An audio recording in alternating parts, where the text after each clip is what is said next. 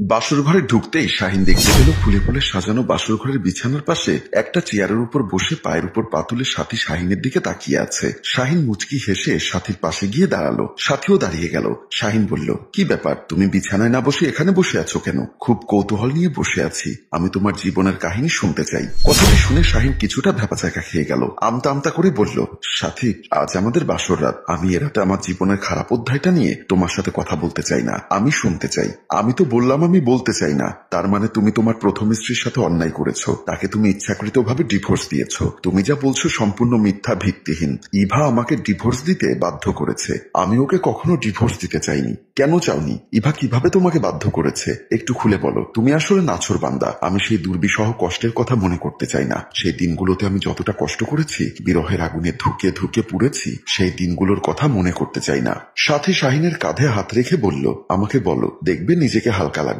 আমি প্রবাসে থাকা অবস্থায় ইভা পরকীয়ায় আসক্ত হয়ে পড়ে। সারাদিন বাসার কোনো কাজ করতো না, সারাদিন মোবাইলে কথা বলতো। মা আমাকে একদিন সব খুলে বলল। তারপর 2 বছর পর আমি কাউকে কিছু না জানিয়ে দেশের বাড়িতে চলে আসলাম। বাসার সামনে দাঁড়িয়ে কলিং বেল টিপছি। মা দরজা খুলে আমাকে দেখে চমকে উঠল। আমি বাসার ভেতরে প্রবেশ করলাম। বাসার ভেতরে ঢুকতেই মা আমাকে জড়িয়ে ধরে কান্না শুরু করলো। জানতে চাইলো হঠাৎ না বলে আসলাম কেন। আমি মাকে বললাম, আমি চোরকে যদি বলি আমি জেগে আছি, তাহলে তো চোর আর চুরি করবে না, ভয়ে পালিয়ে যাবে। চোর ধরতে এসেছি মা। মা আমার কথা বুঝতে পারলো, তার মাথা নিচু করে ফেললো। আমি বললাম, মা ইভা কোথায়? শাহিন, সত্য কথা বলতে এ সময় বৌমা বাসায় থাকে না, খবর নিয়ে জেনেছি একটা আবাসিক হোটেলে যায়। তুমি কি সেই হোটেলের ঠিকানা জানতে পেরেছো? হ্যাঁ পেরেছি। আমি মায়ের কাছ থেকে সেই হোটেলের ঠিকানা নিয়ে ব্যাগ বাসায় রেখে বাসার ভেতরে প্রবেশ না করে দরজার সামনে থেকেই বের হয়ে গেলাম। হোটেলের রিসিপশনে গিয়ে মোবাইলের গ্যালারি থেকে ম্যানেজারকে ইভার ছবিটা দেখিয়ে বললাম, এই মেয়েটাকে আপনাদের হোটেলে এসেছে? ম্যানেজার হেসে বলল, সব মেয়েরাই তো প্রায় বোরখা পরে আসে, কারো মুখ তো আমরা দেখতে পাই না, তাই বলতে পারবো না। আমি আবারও জানতে চাইলাম, আপনারা কি ভোটার আইডি কার্ড দেখে রুম ভাড়া দেন না? ভাইজান, নিয়ম আছে, কিন্তু নিয়ম কজনই পালন করে? আমরাও তাই এত কিছু চেক করি না, টাকা দেয় রুম দেই। আপনারা তো অন্যায় করছেন, চরম অন্যায়। এটা কিন্তু ভাইজান আপনি অন্যায় করলেন। আমি এত সময় ভালোই ভালোই আপনাকে সব তথ্য দিচ্ছি, কিন্তু উল্টো আপনি আমার উপর শাসন করছেন। এটা কিন্তু ঠিক নয়। আমি আর কথা না বাড়িয়ে হোটেল থেকে বের হয়ে আসলাম। হোটেলের নিচে এসে দাঁড়ালাম। এখন কি করব ভাবছি। এমন সময় আমার মোবাইলের রিংটোন বেজে উঠলো। কলটা রিসিভ করতেই মা বলল, শাহিন, বৌমা বাসায় এসেছে, তুই বাসায় আয় বাবা। আমি কলটা কেটে দিয়ে মনে মনে ভাবলাম, তার মানে ও হোটেল থেকে আগেই বের হয়ে গেছে। আমি বাসার দিকে পা বাড়ালাম। বাসার ভেতর ঢুকে ড্রয়িং রুমের দিকে চোখ রাখতেই দেখলাম ইভা আমার ট্রলি ব্যাগটা খোলার চেষ্টা করছে, কিন্তু পারছে না। আমি ড্রয়িং রুমের ভেতরে ঢুকে গেলাম। ওর পাশে গিয়ে দাঁড়াতেই ইভা চমকে উঠে দাঁড়িয়ে বলল, কি ব্যাপার, কিছু না বলে তুমি চলে আসলে? আমাকে তো ফোন করে জানাতে পারতে। তা কখন আসলে? কোথায় গেছিলে? এসেছি কিছু সময় আগে, তা আমাকে ফোন দিবে না? তা তুমি কোথায় গেছিলে? আমি একটু মামার বাসায় গেছিলাম। ইভা, তোমার মামার নাম্বারটা দাও তো। কেন? তার কাছে জানতে চাইবো তুমি কি সত্যি তাদের বাসায় গেছিলে কিনা। শাহিন, তুমি কি আমাকে অবিশ্বাস করছো? তুমি যেটা মনে করছো সেটাই। এখন তোমার মামার নাম্বারটা দাও। আমার কাছে মামার নাম্বার নেই। ঠিক আছে, আমি তোমার বাবাকে ফোন করে তোমার মামার নাম্বার নিচ্ছি। শাহিন, তুমি কিন্তু বাড়াবাড়ি করছো। আমি যদি বাড়াবাড়ি করি, তাহলে তুই যেটা করছিস সেটা কি ঠিক করছিস? আমার অবর্তমানে তুই ক্রিয়ায় লিপ্ত হয়েছিস।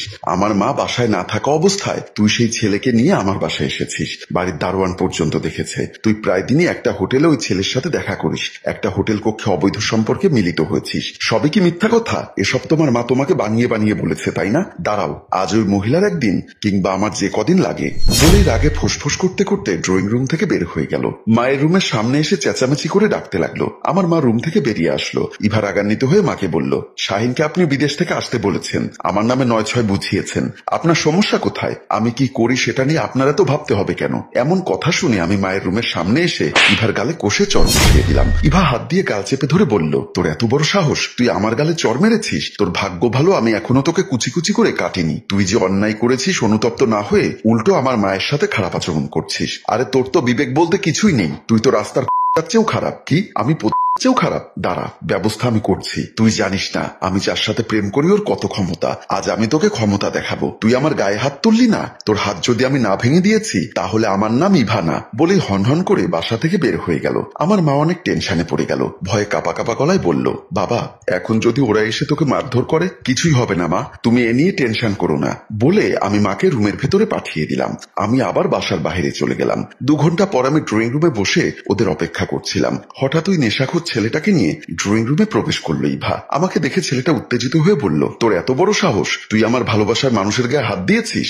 আমার স্ত্রীকে আমি হাত দিয়েছি, তা এখন কি হবে? তুই এই মুহূর্তে ইভাকে ডিভোর্স দিবি, ওর দেনমোহরের সব টাকা দিয়ে দিবি। আমি বললাম, আর কি করতে হবে? ওর কাছে তুই ক্ষমা চাইবি। আমি পকেট থেকে ডিভোর্স লেটারটা বের করে ইভার হাতে দিলাম, সাথে ওর কাবিনের 3 লক্ষ টাকা পকেট থেকে বের করে ওর হাতে দিলাম। ওরা দুজনেই অবাক হয়ে আমার দিকে তাকিয়ে আছে। ওরা হয়তো ভেবেছিল আমি এত তাড়াতাড়ি এই কাজটা করব না বা করতে পারবো না। আমি বললাম, ডিভোর্স চেয়েছিস, ডিভোর্স দিলাম, তোর কাবিনের টাকাও দিয়ে দিলাম, তুই এখন চলে যেতে পারিস। আমি মনে করি দুষ্টু গরুর চেয়ে শূন্য গোয়াল অনেক ভালো। ছেলেটি বলল, এবার তুই আমার ভালোবাসার মানুষের কাছে ক্ষমা চাইবি। আমি নিজের রাগকে কন্ট্রোল করতে পারলাম না, কোষে চর বসিয়ে দিলাম ছেলেটির গালে। ওর কলার ধরে বললাম, তোর বড় ভাইয়ের কাছে জিজ্ঞাসা করবি শাহিন একসময় কি ছিল। তুই তো ছোট বাচ্চা, তোকে হয়তো ইভা চিনতে পারেনি। তোর উপরের ফিটফাট দেখে তোকে পছন্দ করেছে। তোর বাবা এখনো রিক্সা চালায়, তোর মা এখনো মানুষের বাসায় কাজ করে, আর তুই ফুটানি দেখাস। আমার কথা শুনে ইভা অনেকটা অবাক হলো, কারণ ইভা জানতো এই ছেলেটি অনেক বড় লোকের ছেলে। কিন্তু ও যে গরিব ইভা হয়তো জানতো না। ও চাপা মেরে ইভার মন জয় করেছে।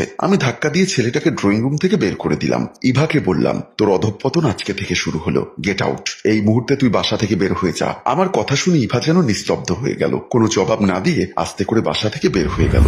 তারপর আমি আবার বিদেশ চলে গেলাম। 3 বছর পর দেশে ফিরলাম। মায়ের কান্না দেখে সহ্য করতে পারলাম না। তার অনুনয় বিনয়ে তোমাকে বিয়ে করতে বাধ্য হলাম। তুমি চাইলে তো ইভার ভুলটা সংশোধন করে ইভাকে নিয়ে সংসার করতে পারতে।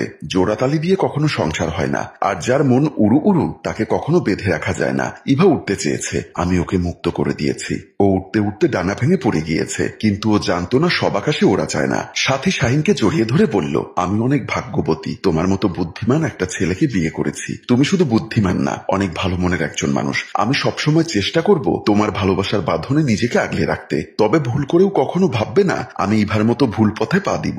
আমি এতটুকুই জানি, পরকীয়া মানুষকে কখনো শান্তি দেয় না। পরকীয়া ঠিক মাকাল ফলের মতো, উপরে দেখতে খুবই সুন্দর, কিন্তু ভেতরটা কুৎসিত কালো। আমি বুঝতে পারলাম সাথী খুব বুদ্ধিমতী মেয়ে। শাহিন ও সাথীকে শক্ত করে বুকের সাথে জড়িয়ে ধরল। শাহিন মনে মনে বলল, আল্লাহ যেটা করে ভালোর জন্যই করে, তাই তো ভাগ্য গুণে সাথীর মতো বুদ্ধিমতী একটা মেয়েকে জীবনসঙ্গী হিসাবে পেলাম। প্রিয় ভিউয়ার্স, আপনাদের কি মনে হয় পরকীয়া কি সত্যি মাকাল ফলের মতো, উপরে ফিটফাট ভেতরে সদরঘাট? অবশ্যই কমেন্ট করে জানিয়ে দিন। আর গল্পটি ভালো লাগলে লাইক, কমেন্ট ও শেয়ার করুন।